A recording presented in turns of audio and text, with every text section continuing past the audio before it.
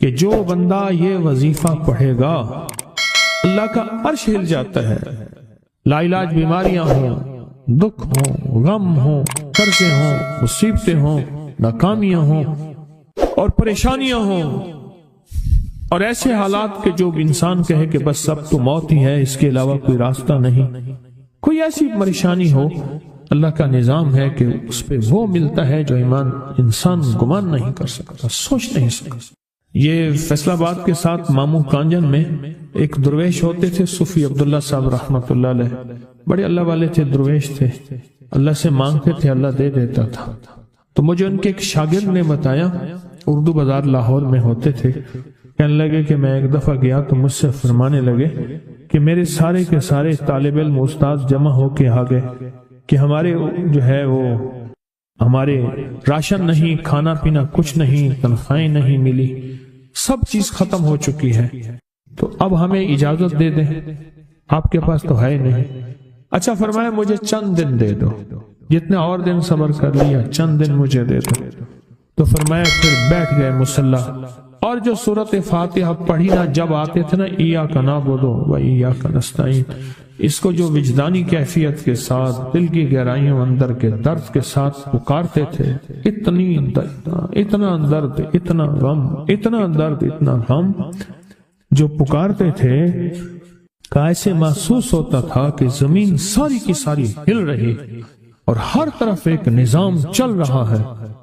اور جب پھر اس صورت کو پورا کرتے تھے، پھر سورۃ فاتحہ پڑھتے تھے اور جب پہنچتے تھے ایاک نعبد و ایاک نستعین، پھر ایسے ہی جو ہے اس کو دہراتے تھے.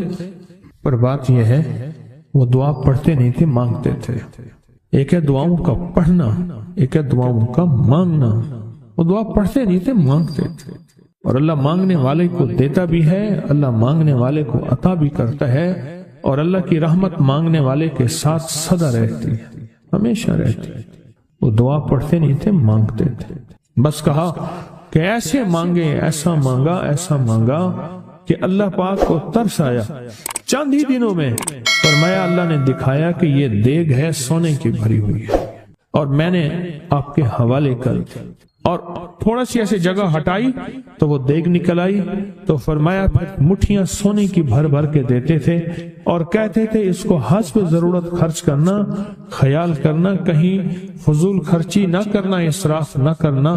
اللہ کے خزانے ہیں اور برکت والے ہیں، کہ اللہ ناراض ہو کے چھین نہ لے، کہ اللہ ناراض ہو کے چھین نہ لے. مجھے ایک صاحب کہنے لگے کوئی ایسا عمل بتائیں، کوئی ایسا عمل بتائیں کہ میں چاہتا ہوں میری 7 نسلوں میں رزق ختم نہ ہو، جو مہنگائی اور حالات اور پریشانیاں میں دیکھ رہا ہوں. کوئی ہے عمل؟ میں کہا بالکل ہے.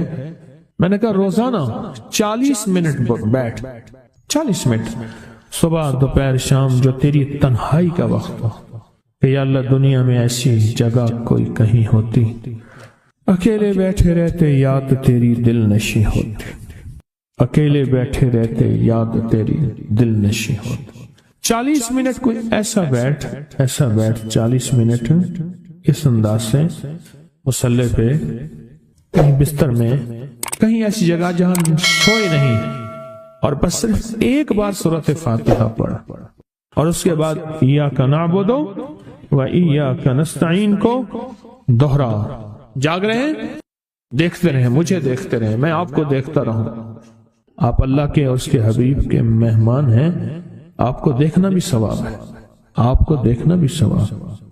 تو میں نے اسے عرض کیا کہ بس اس کو وجدان سے پڑھو، ایسے پڑھ کے رونگٹے کھڑے ہو جائیں، آنسو بہنے لگ جائیں، دل کے اندر کا درد اور دل کا اندر کا غم اور اللہ کے سامنے حاضری، استحضار، اور یہ کیفیتیں تیری ہوں کہ بس اس کے علاوہ کوئی مجھے یاد نہ رہے.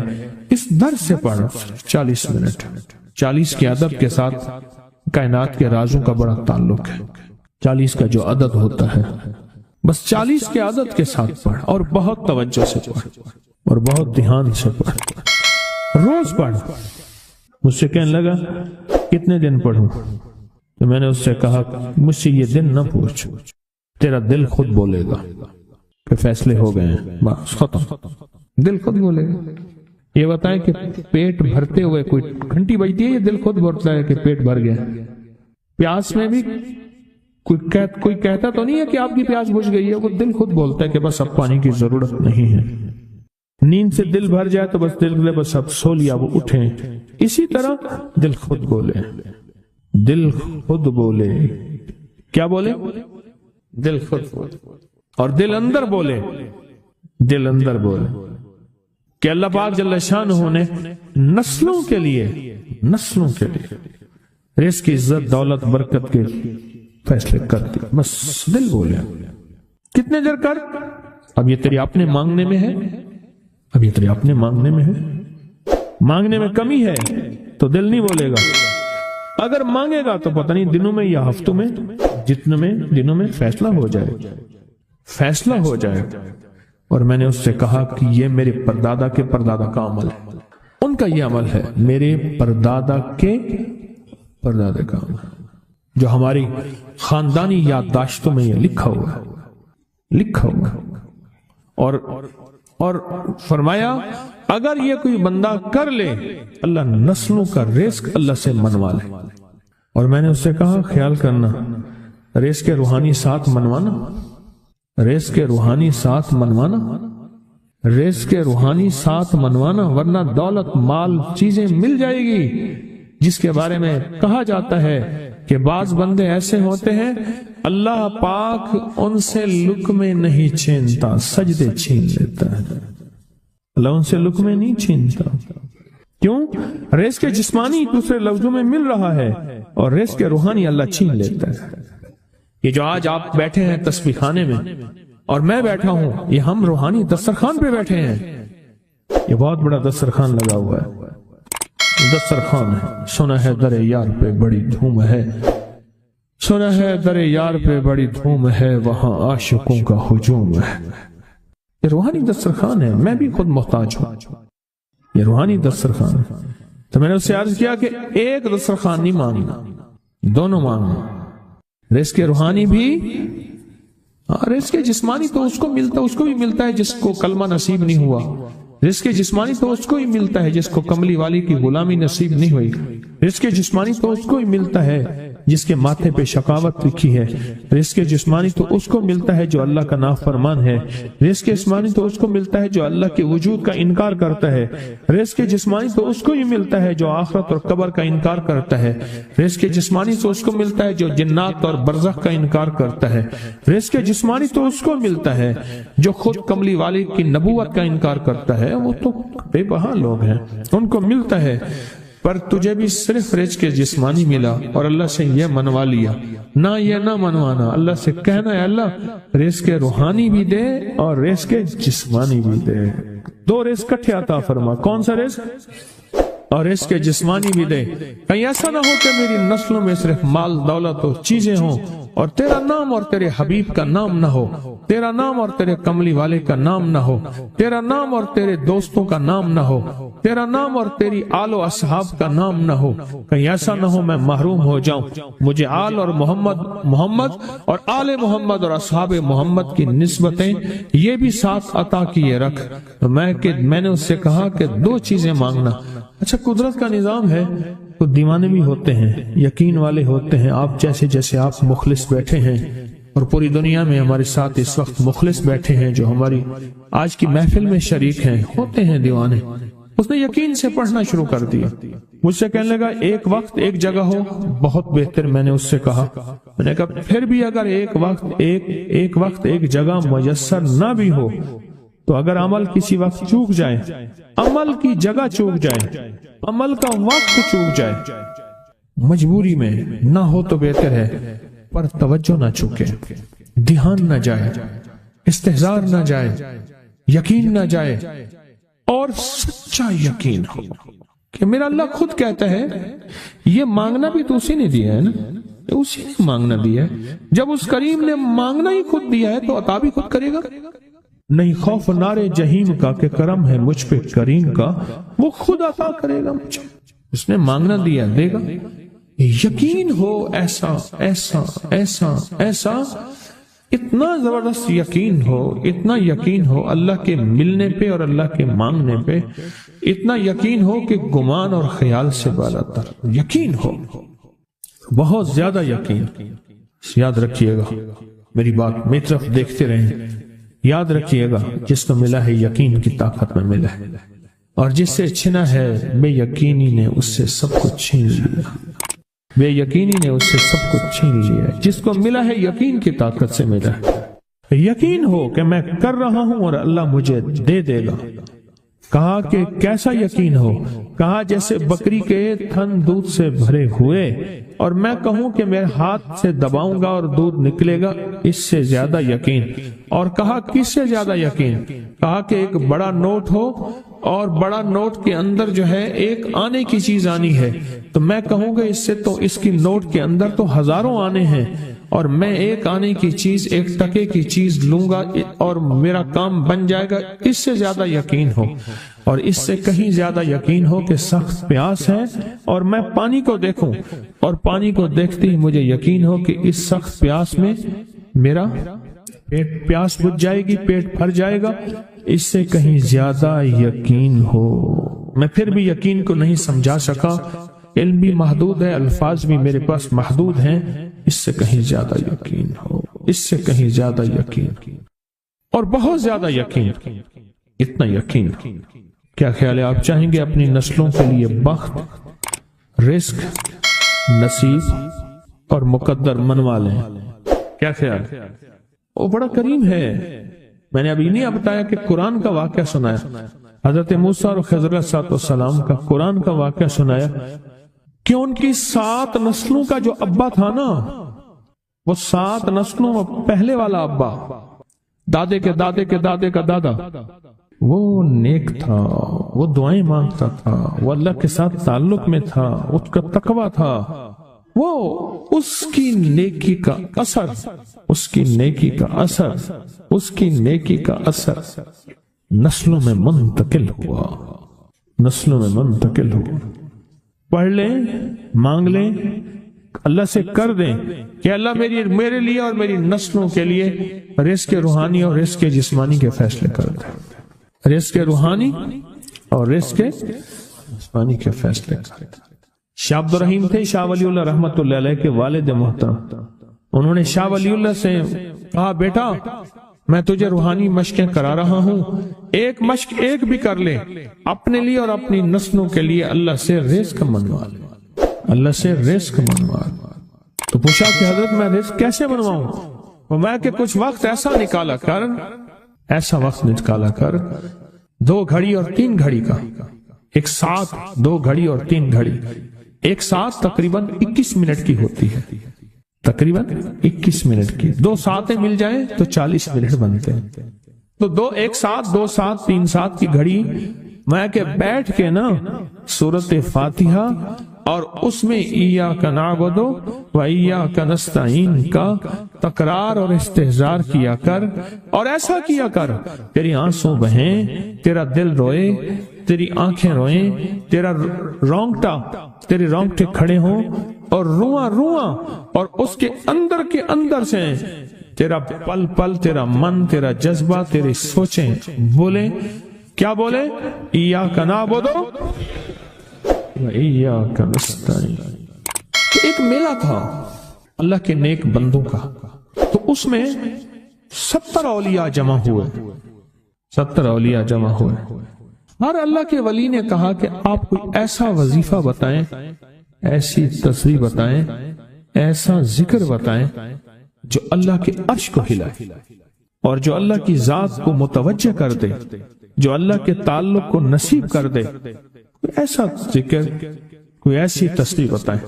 فرمایا سب نے بتایا کہ سورۃ فاتحہ ہے، اور اب سب سے پوچھا سورۃ فاتحہ میں کوئی ایسا جز بتائیں جو سورۃ فاتحہ کا دل ہو۔ سورۃ یاسین قرآن کا دل، لیکن سورۃ یاسین کا دل سلام قولا من رب الرحیم۔ ہر سورت کے اندر اللہ پاک نے کچھ نعمتیں، کچھ نکتے رکھے ہیں، تو فرمایا سورۃ فاتحہ کا دل۔ تو میلے میں جتنے بھی اولیاء 70 بیٹھے تھے، سب نے کہا کہ اگر سورۃ فاتحہ کا دل پانا ہے تو وہ صرف کیا ہے؟ ایاک نعبد و ایاک نستعین۔ اس کا مفہوم عام سادہ سے یہ ہے کہ مولا غلامی تیری، در کسی اور کا۔ جب غلام تیرے ہیں، منگتے تیرے ہیں، بھکاری تیرے ہیں، محتاج تیرے ہیں، پھر در بھی تیرا ہے، پھر در بھی تیرا ہے، اور کسی کا در مولا نہیں ہے، پھر در بھی تیرا ہے۔ تیرے در کے ہم محتاج، تیرے بر کے ہم غلام ہیں۔ تو میں نے اس سے کہا کہ یہ وظیفہ کر، سارا دن پڑھی ایاک نعبد، اور کام بھی کرتا رہے، وضو بے وضو چلتا بھی رہے، یہ پڑھتا بھی رہے، پڑھتا بھی رہے، پڑھتا بھی رہے، چند دن چند ہفتے یہ عمل کر، اور رات سوتے ہوئے سورۃ فاتحہ پوری کر 40ویں، اور پھر درود پاک پڑھتے پڑھتے سو جا۔ 70 اولیاء نے فرمایا کہ جو بندہ یہ وظیفہ پڑھے گا اللہ کا عرش ہل جاتا ہے، اور فرشتوں میں کوہرام مچ جاتا ہے، اور فرشتوں میں اللہ کے بارگاہ میں فریادیں ہوتی ہیں کہ یا اللہ یہ بندہ ہے اور اس نے یہ عمل کیا ہے، یہ وظیفہ کیا ہے، اور ابھی تک اس کی دعا قبول نہیں ہوئی، اس نے یہ مانگا ہے ابھی تک دعا قبول نہیں ہوئی، فرشتوں میں یہ کوہرام مچ جاتا ہے۔ ایک اللہ کے دوست تھے، سوتے سوتے ایک دم اٹھ بیٹھے، اٹھنے کے بعد وجدانی کیفیت کے ساتھ جو ہے یہ وظیفہ پڑھنے لگے۔ تو کسی نے پوچھا کہ حضرت کیا ہوا؟ فرمایا میں نے دیکھا کہ اللہ کے عرش کے نیچے جنتی ہیں اور وہ ٹہل رہے ہیں، اور سب کی زبان پہ یہی وظیفہ ہے، ایاک نعبد و ایاک نستعین، سب کی زبان پہ یہی وظیفہ ہے اور سب یہی پڑھ رہے ہیں۔ میری ایک درخواست ہے، سورۃ اخلاص 2 تسبیح زندگی کا معمول بنا لیں، اس کو تو کبھی نہ چھوڑیں۔ کیا خیال ہے؟ 2 تسبیح زندگی کا معمول بنا لیں، اس کو کبھی نہ چھوڑیں۔ اس کا فائدہ کیا ہوگا؟ اس کے انوکھا فائدہ ہوگا۔ اللہ پاک نا نور کی برکت سے، اعمال کی برکت سے نسلوں میں نور اور خیر عطا فرماتے ہیں، پھر نسلوں میں وہ نور چلتا ہے، نسلوں میں وہ برکتیں چلتی ہیں، بعض اوقات دوسری نسل میں، بعض اوقات تیسری نسل میں، اور بعض اوقات اسی نسل میں۔ عرض کر رہا تھا کہ اپنی زندگی میں اس نور کی روشنی کو ساتھ لے کر چلے۔ 2 تسبیح سورۃ اخلاص کی تو زندگی میں نہ چھوڑیں۔ سفر میں جا رہے، حضر میں جا رہے، صحیح جا رہے، پیدل چلتے پڑھ لیں، گاڑی چلاتے پڑھ لیں، گاڑی میں بیٹھے پڑھ لیں، کہیں دفتر میں بیٹھ کے پڑھ لیں، مجبوراً وضو نہیں تو بھی پڑھ لیں، پر چھوڑے نہیں۔ کیوں؟ آپ کی زندگی میں اس کا نور نسلوں میں منتقل ہوگا، اور اس کا نور نسلوں میں جائے گا، اور نسلوں میں رزق، دولت، عزت کے اللہ دروازے کھول کے دکھائے گا۔ ایسا نور ملے گا آپ سوچ نہیں سکتے، ایسا نور ملے گا۔ کون سا مسلمان ہے جو کہتا ہے مجھے سورۃ قل واللہ، سورۃ اخلاص نہیں آتی؟ ہر بندے کو آتی ہے۔ اگر کوئی کمزور علم رکھنے والا ہے تو تھوڑی سی محنت کرے، یاد کرے تو اس کو یاد ہو سکتا ہے، ایک میں آپ کو عجیب بات بتاؤں، شیخ ابوالحسن شاذلی رحمت اللہ علیہ، شاذلی سلسلہ، میں کہ جب تو اللہ سے خالص محبت کرنا چاہتا ہے اور چاہتا ہے کہ اللہ اس کے حبیب کی خالص محبت تیرے دل میں اتر جائے، اللہ اس کے حبیب کی خالص محبت تیرے دل میں اتر جائے، اور قیامت کے دن جب اعلان ہو وَامْتَازُوا الْيَوْمَ أَيُّهَا الْمُجْرِمُونَ، مجرم علیحدہ ہو جائیں، ہمارے دوست علیحدہ ہو جائیں، ولی علیحدہ ہو جائیں، بدکار علیحدہ ہو جائیں، تو اس وقت تو اللہ کے دوستوں کی لسٹ میں ہو تو ایک عمل کر لے۔ فرماتے ہیں وہ عمل ہے کہ سورۃ اخلاص کو اپنے دل کی دنیا میں جگہ دے دے۔ اللہ اکبر۔ شیخ ابوالحسن شاذلی رحمت اللہ علیہ فرماتے ہیں، اور فرمایا جو سورۃ اخلاص پڑھے گا وہ حالت ایمان سے دنیا سے رخصت ہوگا، حالت ایمان سے دنیا میں سے رخصت ہوگا، اور ایمان کی آخری کیفیت میں رخصت ہوگا۔ اور ایک اللہ کے ولی نے اپنا مشاہدہ بیان کیا، میرے پاس لوگ آئے رزق کی تنگی میں مبتلا تھے، میرے پاس لوگ آئے بدحال ہو چکے تھے، میرے پاس ایسے لوگ آئے جن کی تنخواہیں بچتی نہیں تھیں، میرے پاس ایسے لوگ آئے جن کے گھر میں جھگڑے ناچاکیاں تھیں، اور میرے پاس ایسے لوگ آئے جن کی زندگیاں تنگ تھیں اور جو نیکی کرنا چاہتے تھے کر نہیں سکتے تھے، خیر میں آنا چاہتے تھے آ نہیں سکتے تھے، اور برائیاں ان کا راستہ چھوٹی نہیں تھی اور نیکی کے دروازے بند تھے۔ کہا میں نے ان سے کہا کہ 2 تسبیح سورت قل هو اللہ کی پڑھ لو۔ جب سے انہوں نے پڑھنا شروع کیا سورت قل هو اللہ ان کا ضامن بن گیا، اور سورت اخلاص ان کا سہارا بن گئی، اور سورت اخلاص ان کا ساتھی بن گئی، اور سورت اخلاص ان کا محافظ بن گئی، اور سورت اخلاص ان کا معاون بن گئی، اور سورت اخلاص ان کو زندگی میں لے کر چلنے والی روشنی بن گئی، اور ان سے سارے اندھیرے چھٹ گئے اور ساری ظلمتیں چھٹ گئیں، اور خیریں اور برکتیں ان کی چوکھٹوں ان کے دروں کو مالا مال کر دی۔